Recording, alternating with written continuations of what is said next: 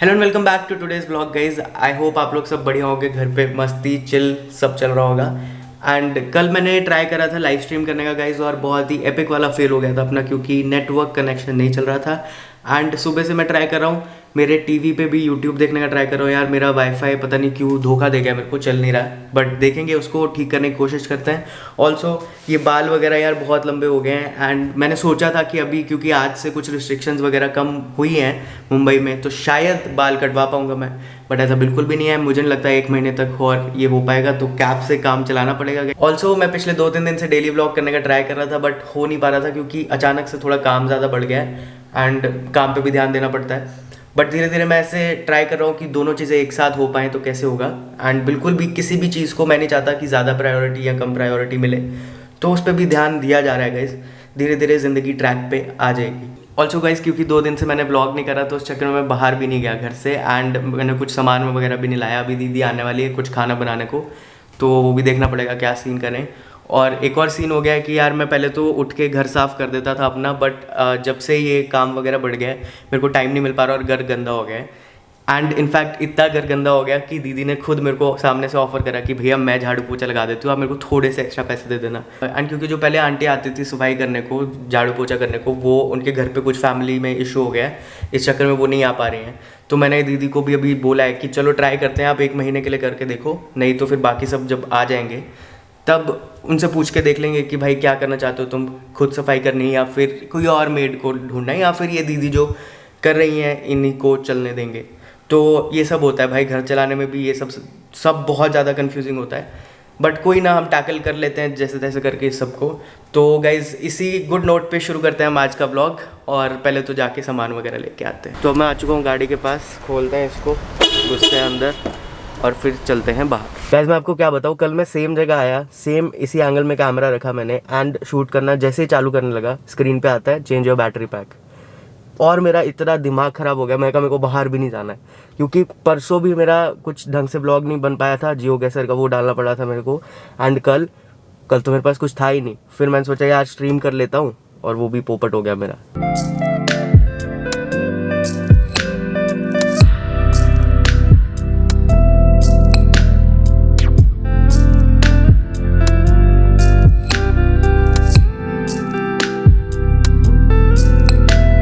तो guys finally मैं अपनी डेस्टिनेशन पे पहुंच चुका हूं, जो कि ऑब्वियसली सैटेलाइट है, एंड मेरे को आगे भी जाना कहीं।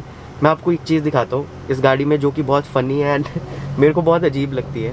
तो गाइस नॉर्मली गाड़ियों में इस साइड से इंडिकेटर होता है, एंड इस साइड से ये सब क्या बोलते हैं, वाइपर चलता है। बट इस गाड़ी में क्या है, यहाँ से ये देखो, ये वाइपर चलता है, एंड यहाँ से अब दिखेगा आपको ये इंडिकेटर चलता है। ये मुझे इसलिए पहले से पता था क्योंकि मैंने गाड़ी जब सीखी थी तब अपने पास फोर्ड फिगो थी, और फोर्ड की ऑलमोस्ट सारी गाड़ियों में यही सिस्टम रहता है। बट अब अपने पास क्रेटा है, एंड वो उसका ऑपोजिट है, इससे बिल्कुल ऑपोजिट है। अब जितने टाइम मैं यहाँ पे ये गाड़ी चला रहा था तो मुझे ये आदत हो गई, फिर मैं घर पे वहाँ पे गाड़ी चलाता था तो मैं रैंडम इंडिकेटर की जगह वाइपर चल रहा है, वाइपर की जगह इंडिकेटर चल रहा है। भाई मैं किसी के साथ भी ऐसे गाड़ी चलाते हुए बैठता था ना, तो लोग मेरे को इतना जज करते थे कि भाई ये क्यों नहीं आता इसको, ये बेसिक चीज़ क्यों नहीं आती। बट देन ये भी एक फ़न फैक्ट है गाइस, और आज मैंने आपको बता दिया। और मेरे साथ एक बहुत बड़ा स्कैम हुआ है, मैंने रिकॉर्ड करा पूरा रास्ता जो मैं अभी आ रहा था, और रिकॉर्ड बटन दबाना भूल गया। इतना बुरा लगता है ना गाइस।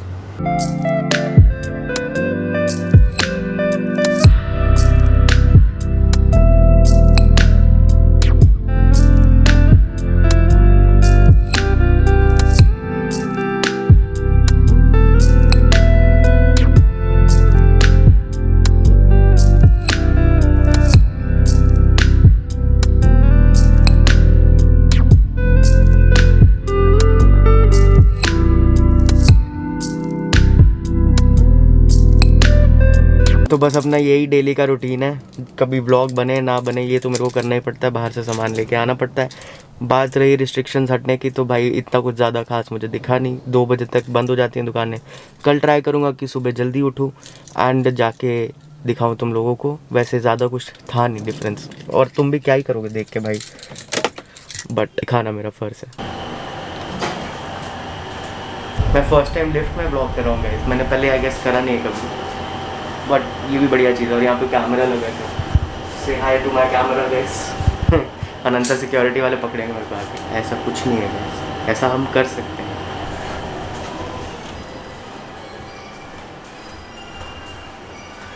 हमारा घर एकदम ऐसे कोने में है और यहाँ पे स्टेयर्स है, और अखिलेश वगैरह के घर पे मैं यहाँ से ऊपर चढ़ के चल जाता हूँ। मैं सोच रहा हूँ यार आज तो एक टाइम लैप्स बनता है, लोकेशन चेंज करते हैं टाइम लैप्स की, मतलब व्यू तो बाहर का ही रहेगा बट यार कुछ अलग जगह से लेते हैं। और गाइस आपने कभी नोटिस नहीं करा है बट ये पहाड़ियाँ जो है ना, छोटी छोटी पहाड़ियाँ, ये बहुत प्यारी हैं भाई। अगर मैं यहाँ से टाइम लैप्स ले पाऊँ ना तो मज़ा आ जाए। मैं ट्राई करता हूँ यहाँ से टाइम लैप्स लेने की, और मिलता है तो अब देख पाओगे उधर ही।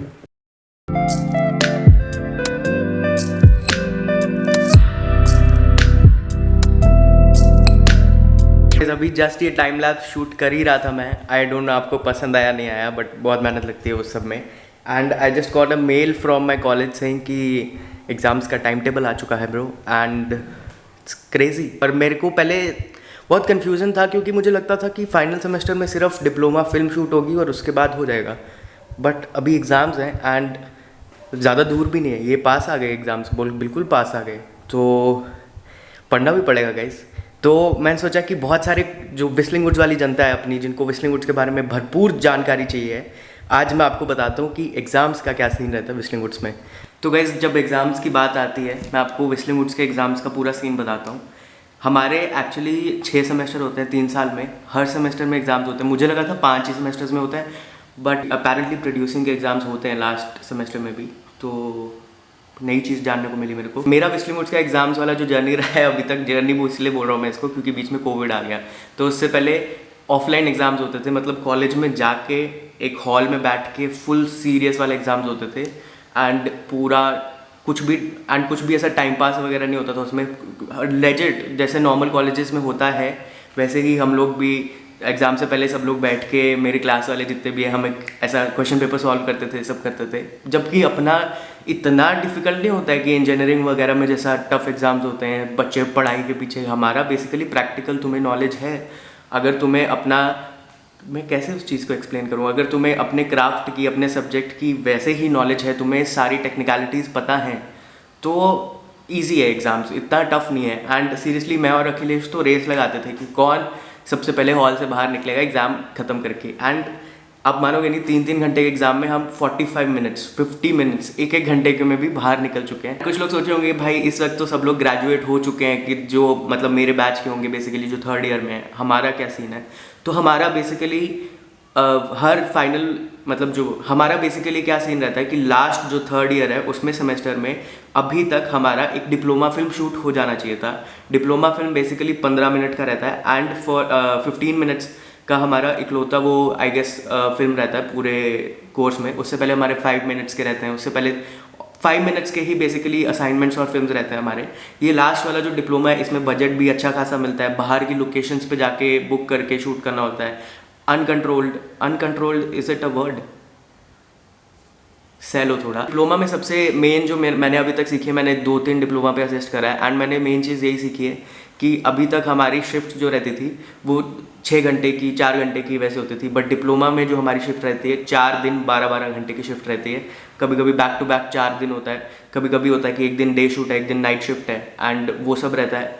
प्लस एक जो मेन मेरे को समझ आया है डिप्लोमा में वो ये है कि इससे पहले हम कॉलेज में ही शूट करते थे, एंड एक लोकेशन शूट अभी करा है वो बाहर में था, बट वो भी 4 घंटे की शिफ्ट थी तो इतना ज़्यादा सीन नहीं था।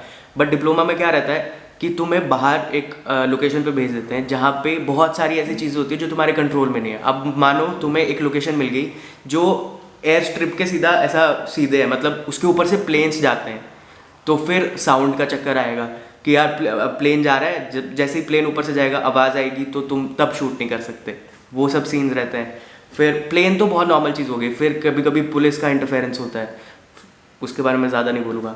फिर बहुत सारी बेसिकली बहुत सारी चीज़ें होती हैं यार।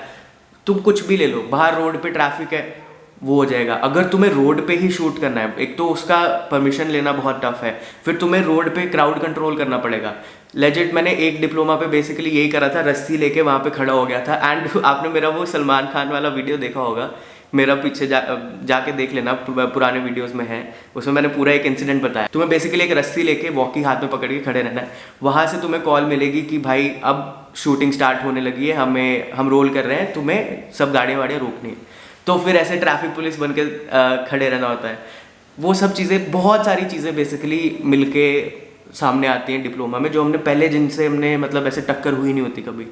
तो बहुत इंटरेस्टिंग भी रहता है, थोड़ा टफ भी रहता है, बट मैं ये मानता हूँ कि डिप्लोमा जब एक बार कर लेते हैं ना, तो थोड़ा कहीं ना कहीं हम रेडी होते हैं कि बाहर जाके काम कर सकते हैं।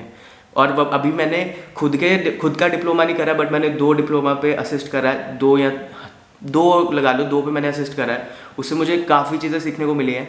एंड बेसिकली इन शॉर्ट मैं अगर बताऊँ तो अभी तक हमारी डिप्लोमा फिल्म हो जाती अगर कोविड नहीं होता, बट अब कोविड है, इस चक्कर में हमारे से जो पिछले वाला बैच है उनका भी डिप्लोमा फिल्म अभी तक नहीं हुई है, तो हमें वेट करना पड़ेगा। एंड डिग्री आई गेस मुझे अगले साल ही मिलेगी, बट ये इसका मतलब ये नहीं है कि मैं बाहर काम नहीं कर सकता। एक बार डिप्लोमा हो जाए तो मैं बाहर काम ज़रूर कर सकता हूँ। और गाइज आजकल ना मैं एक चीज़ के पीछे बहुत लगा हुआ हूँ और मुझे कुछ मिल नहीं पा रहा है उसमें, तो मेरे को मतलब आपको रिक्वेस्ट करना था कि अगर कोई मुझे हेल्प कर सकता है इस चीज़ में तो प्लीज़ करें, क्योंकि मैं बहुत गूगल कर चुका, बहुत लोगों से पूछ चुका, मेरे को फाइनली कुछ मिल नहीं रहा है वैसा। तो एक्चुअली अब मेरा ये 3 इयर्स बैचलर्स डिग्री तो हो गया, ये BA में था। अब मैं चाहता हूँ कि मैं आगे काम करूँ, बट कुछ मेरे को पता चला था कि कॉरेस्पॉन्डेंस में या फिर ऑनलाइन कुछ डिग्रीज रहती हैं। मेरा ये बचपन से ही थिंकिंग रहा है कि यार मेरे को पढ़ाई से इतना दूर नहीं जाना है, मतलब कुछ ना कुछ पढ़ते रहना है, सीखते रहना बेसिकली अच्छा रहता है। आई नो कि काम के साथ साथ वो कर पाना थोड़ा टफ होगा, बट मैं जितना हो सके ट्राई करूँगा कि मैं कर लूँ।